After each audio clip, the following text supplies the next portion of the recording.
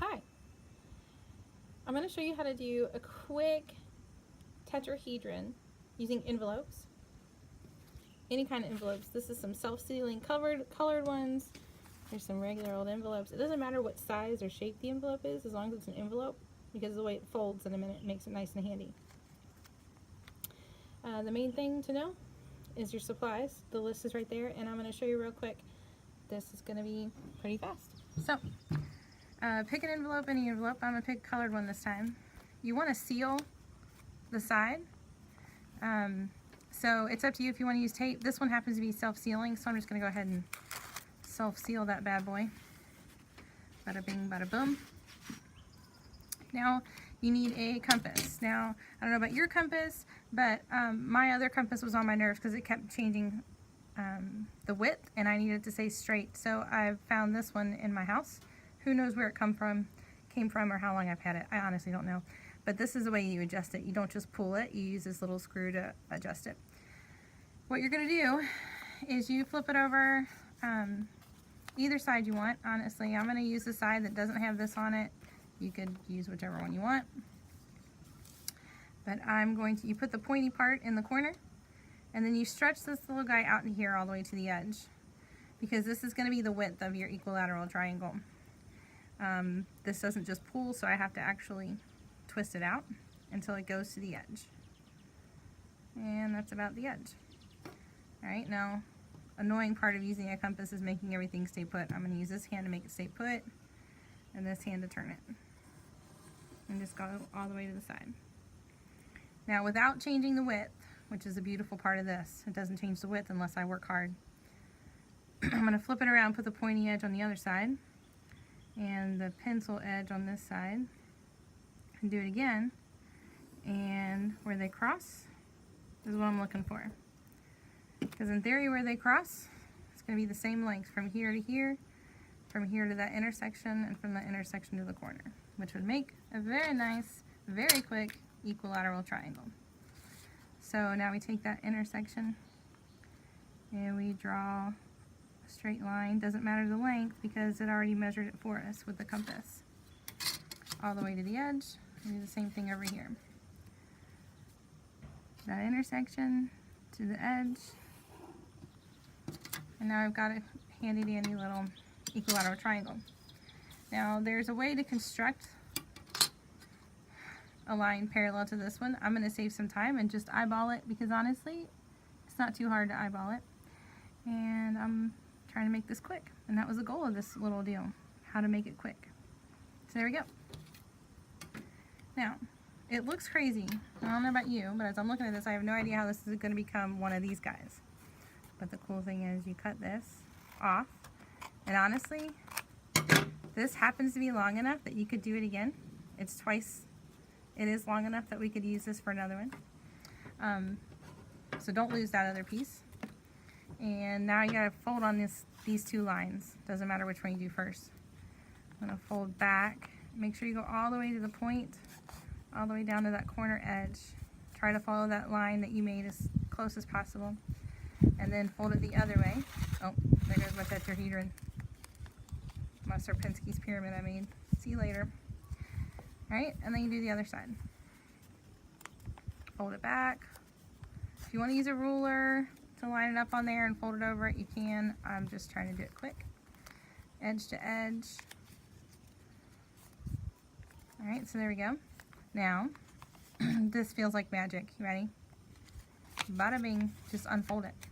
Bada boom. Tetrahedron. It's kind of cool. Little tape. And you're all set. How long did that possibly take? Not very long. Then, I'm going to do it again. I'm going to go ahead and do, how many will I need to start a pyramid? Well, you tell me in a second, but while you're thinking about it, I'm going to go ahead and make another one out of the other half of that envelope. Real quick. Since I already have my compass ready to go, this makes it even faster. Sure, go to the edge. Yep, good. There we go.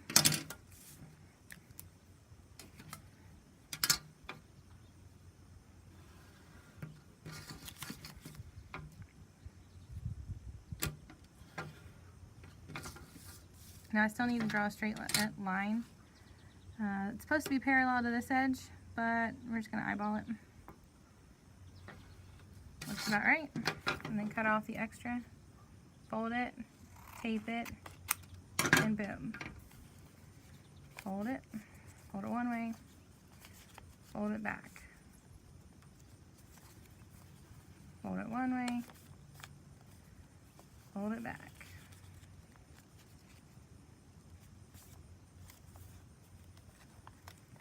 Unfold that bad boy. And look at that. Oh, I apparently did not secure that edge, which is why you sealed it to begin with. So I'm going to use a little tape to seal it on the edge there. And then it should be good to go. So hold it down. And then tape that. Oh, my daughter messed up my tape dispenser. I love her anyway. She had it all in pieces in her room, which means it will be never to be seen again. I don't know what your room is like, but my daughter's is crazy. Okay, so there's a couple of them.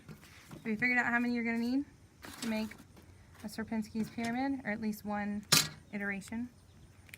This would be called stage 0, right? Just one little pyramid. You may have cheated and noticed what I wrote down on the side, how many you need, which isn't exactly cheating since it's available to you. And I'm going to go ahead, since I learned from that last time, and go ahead and tape down the edges too while I'm at it. Because although this was self-sealing, it didn't go all the way to the edge. Do it again.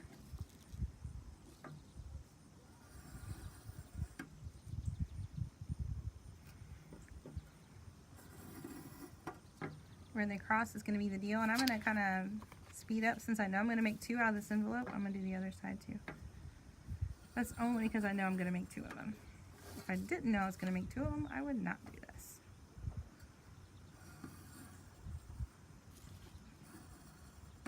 There we go. So this little guy is going to go to those edges. This little guy is going to go to these.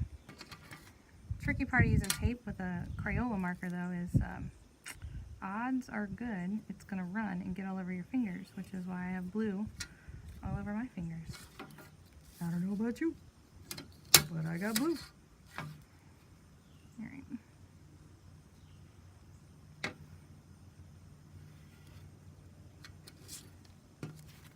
And straight across through that vertex-ish. We're eyeballing it, remember? Just to save time because I want to. Because if you're going to make a whole bunch of these, you don't want it to take very long. Now there's templates out there that people have already made that you can just print and then cut and paste, and you don't have to do any compass construction. I like this one because it's so fast to make a whole bunch of them. That's what made me happy about this version. And I found it on the internet originally, and I watched someone else make a video of it, and now I can't find it. So I'm making my own. Alright, now we flip it over. Flip it over. Flip it back. Flip it back.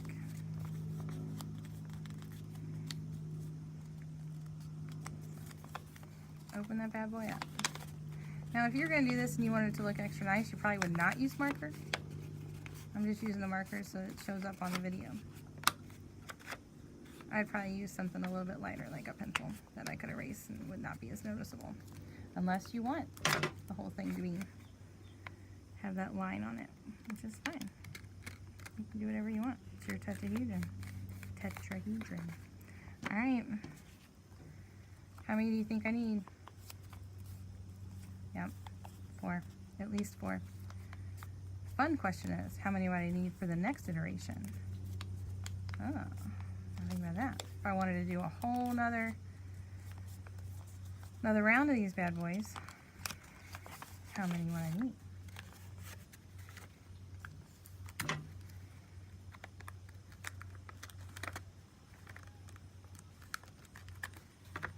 Alright, now I had some students make some of these last year in class, and it was super fun, but they had a really hard time figuring out the best way to tape them together.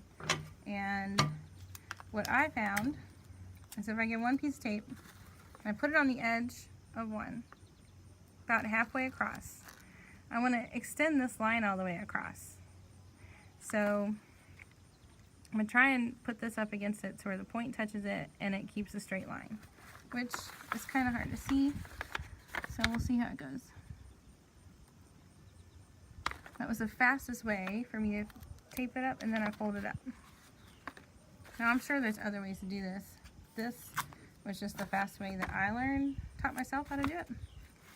Because originally I made my first tetrahedron when my 7th grade son wanted to do an English project, or he was told he had to do an English project where he had a 3D model of this elaborate, intricate outline of all these different things and how they're all connected and these concepts and blah blah blah and yada yadas, which of course my first thought was, that's silly because I'm not an English person. But then I thought, dude, I know this thing that could make a shape that would be awesome. So we very quickly figured out how to make one of these on a Saturday, because of course his project was due Monday. So we figured out how to do it Saturday, had to go buy the envelopes, and then he had to make it on Saturday so that he could then write all the bazillion things he wanted to write on it on Sunday, so that he could turn it in on Monday. Of course, because he's my kid and we procrastinate at my house. I don't know about you. We are very bad at procrastinating, which makes our life very interesting and very challenging sometimes. Alright, now I gotta tape this one on the top. I'm just gonna turn it sideways since I can and do my whole same system. And on the edge. Oh, it got stuck in the wrong spot. I gotta move it a little bit. Hey, where we go? Turn loose in my pyramid. There we go. There. Cool.